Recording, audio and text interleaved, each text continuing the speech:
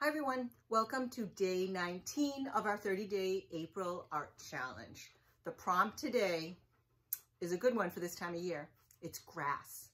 I put on my green shirt just for today because, what are you doing? Because it's grass. And the grass is growing. We've had so much rain lately and it is just a sign of the nicer weather to come. So for your artwork, think of what type of piece you would want to do that incorporates grass. If you want to do some drawing, painting, sculpture, paper sculpture, stick around for the end of the video because I'm going to show you a few techniques using just some basic drawing materials like crayons and markers and paint, but also there is a really interesting way to show grass using cooked spaghetti.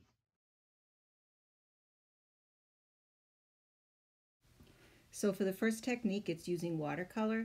Put some water in your color of your choice, hold your brush halfway, and just bring your brush strokes up in an upwards motion to show the grass. Grass grows up, and if you want it to have a realistic look to it, you're just going to flick your brush up.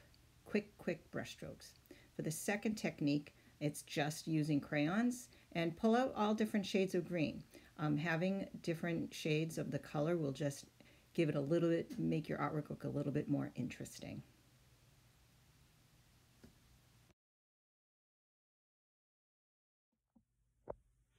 Hi everyone. So here's another way to show grass. I took this piece of paper and I am going to fringe.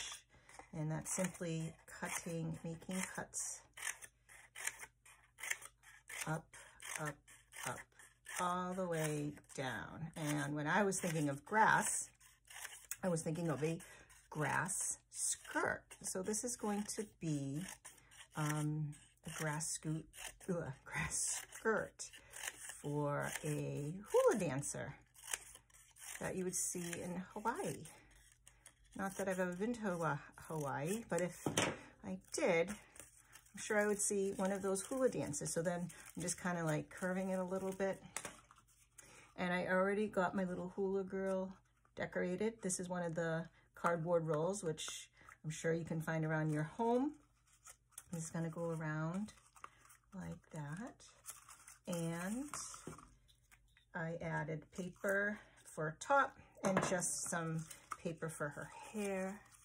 And because they dance, I figured, let me put a little bit of tape.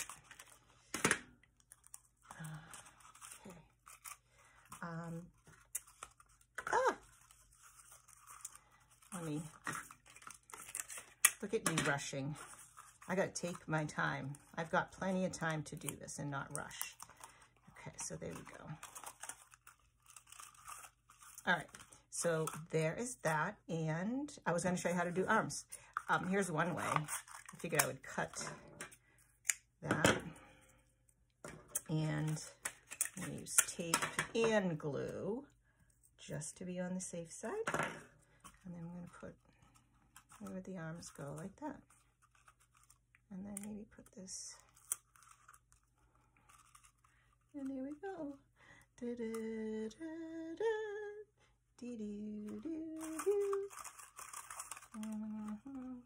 Bosley's looking at, hi Bosley, you like my little hula girl? All right, so here's one way to make grass. I'm sure you can come up with some other ideas. And what was that? I will see you tomorrow. Oh, look, I made Bosley a toy. All right, bye Bosley.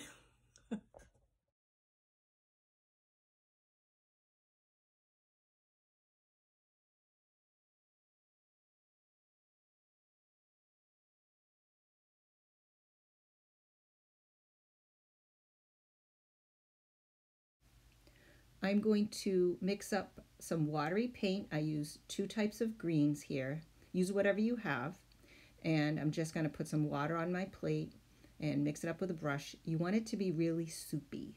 And you will notice that I'm adding a lot of water. And I have to keep continuously doing this as I'm working. If I did it again, I would just start with a lot of water. My bottle got clogged, so I had to take the cap off and just pour it in. And also the pasta, you know, if you have spaghetti, it soaks up the sauce. It soaks up the water, the paint. So you will notice coming up that I'm going to have to mix up some more of that liquidy paint. So make sure you mix up a good amount so you don't have to stop in the middle of it. So here's my spaghetti. I cooked it al dente about 7 minutes. You want it to be a little chewy, not too soft because it will break apart. And just grab some of it, stick it in the paint. I'm trying to loosen it up and just mix it around with your brush and it will pick up the paint. I should have broken my spaghetti in half and I will do it next time. And here I am trying to be a little neat with the pasta, and then I just said, forget it, I'm just going to drop it. Just grab it and slap your paper with it, and it makes a really cool texture. So so look, I already used up all that paint. So here I am mixing it up. So that's why mix up a good amount so you don't have to stop in mid-printing. So you're making your spaghetti prints. It was kind of fun just dropping it. I clearly made too much spaghetti. Just like when I cook spaghetti for dinner, I make too much. Here it is with the pasta. Same thing when I'm making my artwork. And I'm mixing up the green, the lighter shade of green. You want a different value, okay? So you want what's called contrast, light against dark. It also adds a little variety. So here I'm getting some more pasta. Mix it up with your brush. Smush it around and drop it, and you'll see it's that this light really stands out. Isn't that cool? I just love the way that looks. So after you do that, let it dry, and then I will show you how to add the flowers. Okay, let's add the flowers. I used 3 different colors, and I put them on a plate, and all I'm going to do is dip my fingers in them. And yeah, I'm using 4 fingers, and I'm just going to kind of go boop, boop, boop, just press them all over my paper. And that layer of green is already dry, so make sure you dry that really well, and that your colors won't mix. I chose red, pink, and yellow because those colors, if they mix, they will look okay. So if you choose colors that are analogous or colors that are next to each other on the color wheel.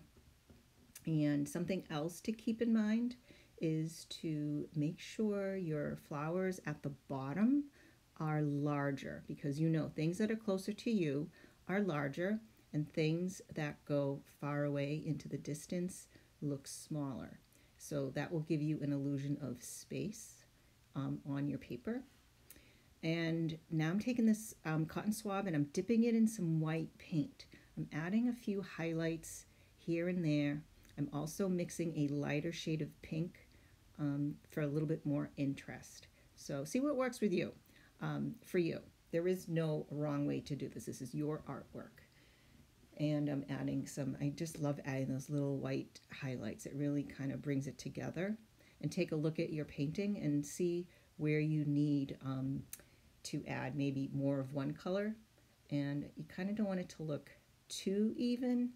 I don't want it to look perfect. I kind of want it to look wild. So I'm holding it up and taking a look at it and just noticing where I need to maybe add a little more lightness or more of one color or the other. So it's a really fun technique. I hope you give it a try. If you do, post it in Google Classroom or email it to me, and I will see you tomorrow.